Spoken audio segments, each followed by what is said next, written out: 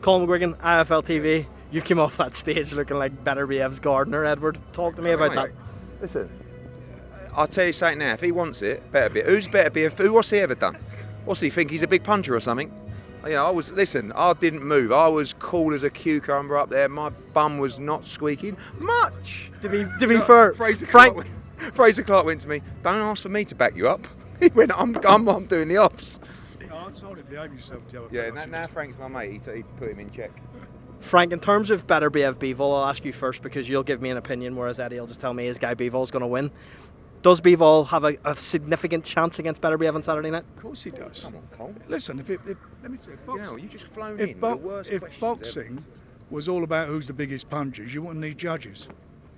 And you've got to take into consideration Bivol punches as well. He's no slouch. You've seen what he's done with British opponents. And I think he's one of those fighters that rises to the occasion. Bivol's 39 now. He's had a few injuries, which in the fact that was why the fight was postponed. We'll see what happens. This is a cracking fight. I mean, fights like this come along, 22 years since the last unification fight. And look what we got. Two of the best fighters in the world, and this probably is the biggest fight out there. I mean, as far as boxing's concerned, as far as their records, this is something extra special. It's be a great fight. Eddie, why does Bivol get the job done on Saturday night? What does he do that Beterbiev doesn't do as well? Nothing's guaranteed in this fight. You know, I'm going to back my man, and I truly believe he has the advantage in this fight.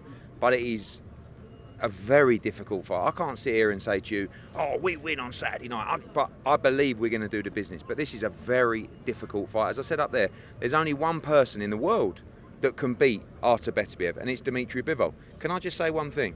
And I know that there's this people think that me and Frank, all friends and all this. Can I just say the enjoyment of making a fight like Dennis McCann against Peter McGrail within an hour on the phone? How does that happen? Tell me exactly. Break that down to me.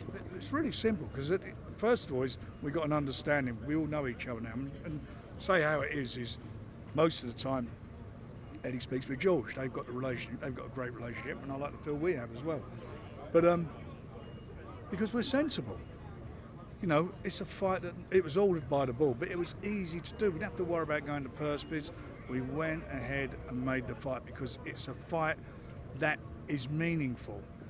And if we believe, as we both believe in our fighters, then we get behind them and put them into these type of fights. It's a great fight, there's no doubt about it. I went to bed that night actually feeling like, I had a real great feeling of almost like, I know it sounds a bit corny, but like a little bit of euphoria where it was like, that fight was ordered. I spoke to George. I said, listen, that's a great fight. He said, let me speak to Dennis McCann. I'm seeing him tomorrow. I said, we'll speak to Peter McGrail. Both guys said yes. We negotiated the money, and it was done. Like we moved to contract. But once we say it's done, it's done. And it made me realise of all the times that we missed the opportunities to make fights like that. We've both done great, and British boxing benefited from our rivalry. But I've got to say, at this stage, to be able to make fights like that, and wait till you see the new 5v5 coming out. I mean, it's like, you've never seen anything like it. The only downside about all of this, he snores. All night I keep nudging him, he's kept me awake all night. Let me ask you one question about this, and then I want to get on to something else, right? Is this Saudi Arabian thing, and we see Simon Jordan on TalkSport that maybe is critical of it, right? Is this more beneficial for British boxing now because we're getting these fights that you just said recently? It's not just that. You've been here how many times? Yeah. What do you think of it out here when you come? It's amazing out here, but like our second. Listen, it's not just changing the fighters' lives. It's changing. It doesn't matter from a financial situation. Of course, that's important to a business. It's the enjoyment. Look at the people who are out here. Look at you guys. There's 20 outlets like you guys out here flying to Saudi Arabia. And they're excited about what's happening. It's a life-changing experiences for people. And the negative side. And there's no negatives. It's all positive. Delicious TV. The only bit of negativity you may Derek get. Chisora. Delicious TV. What's up, boss? Yes, right, I'm good. What's How up, are boss? you, Boss, man. I'm good. let me get you one more thing before you go to Derek, right? Chris Eubank Jr. comes on the stage with a sword. I just want to get both of your opinions on that. What did you make of that? I asked him. I says, I'm having a bit of trouble cutting this sandwich of mine. Can he pop up the room later and do it for me? Eddie, what was your thoughts on that? It's not the first one to be. You came here with wearing all the robes, didn't you? No, I like, because right now, bro, let me tell you something. Right now, You just don't like wearing your underpants. I'm sweating as hell right now inside here. It's quite good. You know, I will pay any money to see you in a traditional outfit. Are you two going to speak this week about Aj-Dubois? Is that on the plan? We've already been speaking. We've been speaking since the fight. Is that going to be part of this 5v5, Aj-Dubois? Is that what the ideal is? Ideal situation? It's All will be revealed as far as the fight's concerned. What is so good about this is that we are talking. We're on this journey together. You know, as Eddie, Matchroom, George, myself, Queensbury, we're all on this journey together, and we're on the journey, which is great for everybody involved. And you know why it's great? Because the fighters are getting extremely well paid. The fans are getting the most important thing of the great fights, superb fights.